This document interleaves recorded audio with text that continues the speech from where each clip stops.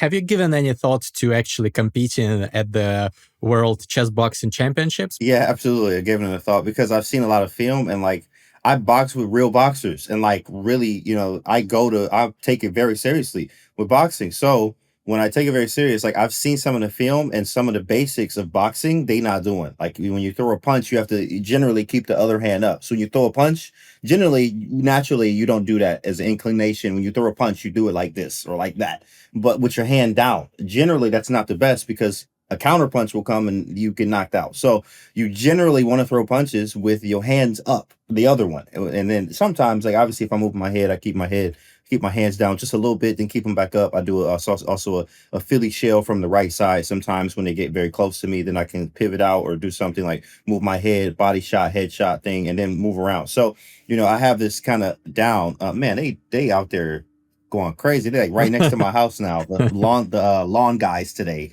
Perfect timing. It's 10:30 in the morning. These guys are cutting grass. So it's easy for me not easy, but I know I would have a great chance of being, world champion and a great shot at it because I understand, the fundamentals of boxing. These guys are not doing what you're supposed to do. And I was like, oh, this is, looking at film, I'm like, yo, you would get knocked out like that. Like they always tell me, keep my hand up, and you're not keeping your hand up. So if I could roll under that and hit you with a right hook, you would be KO'd, or I would stun you or get some points from the judges. So, I see that, like, I remember that I'm not facing like real boxers here. So it's kind of cool. I consider myself, honestly, a real boxer. I've been boxing 2.5 years, sparring for the last two. So like, the first 6 months of boxing, I wasn't sparring. I was just learning. Then I was like, I got to learn how to spar. So I got into sparring. I've been sparring for the last 2 years, almost every week. Right. So with big guys, with guys that Golden Gloves, guys that are really, really good at boxing, I'm like, wow, I learned a lot. They're giving me tips. So I would absolutely have a big shot. They're like doing it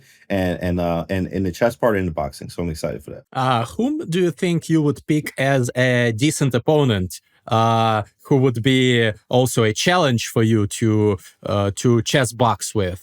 It should be someone who's of comparable chess strength and boxing strength. Ideally, if it's like a chess content creator, maybe. Do you have anyone in mind? To be honest, I don't have anyone in mind, and the reason why is because I'm just training to get ready to fight like I was in a real boxing match. So what I'm doing is I don't care who it is, I don't care who you are, I am fighting and acting like I'm going to, really be an amateur or a pro boxer, which I can't. I am an amateur now, but like if I had a pro fight coming up, I'm training like that. So it doesn't matter who I'm facing. I still gonna be, whoever's in front of me. In fact, I learned one thing from Ben Feingold a long time ago, where Ben Feingold used to coach my coach back in the day, Bill Calton. And one time we was in Ben Feingold basement, and he said, "Yo, play the board, not the person." And I never forgot that. I was a kid. I remember I was in high school, and he was like, "Yo, play the board, not the person." So it's kind of same thing, like, box who's in front of you, like, and not like, oh, the body, like, use still box, you know what I mean? Know your fundamentals, know what's going on, size them up. What are they doing? It's really chess in a way, like human chess.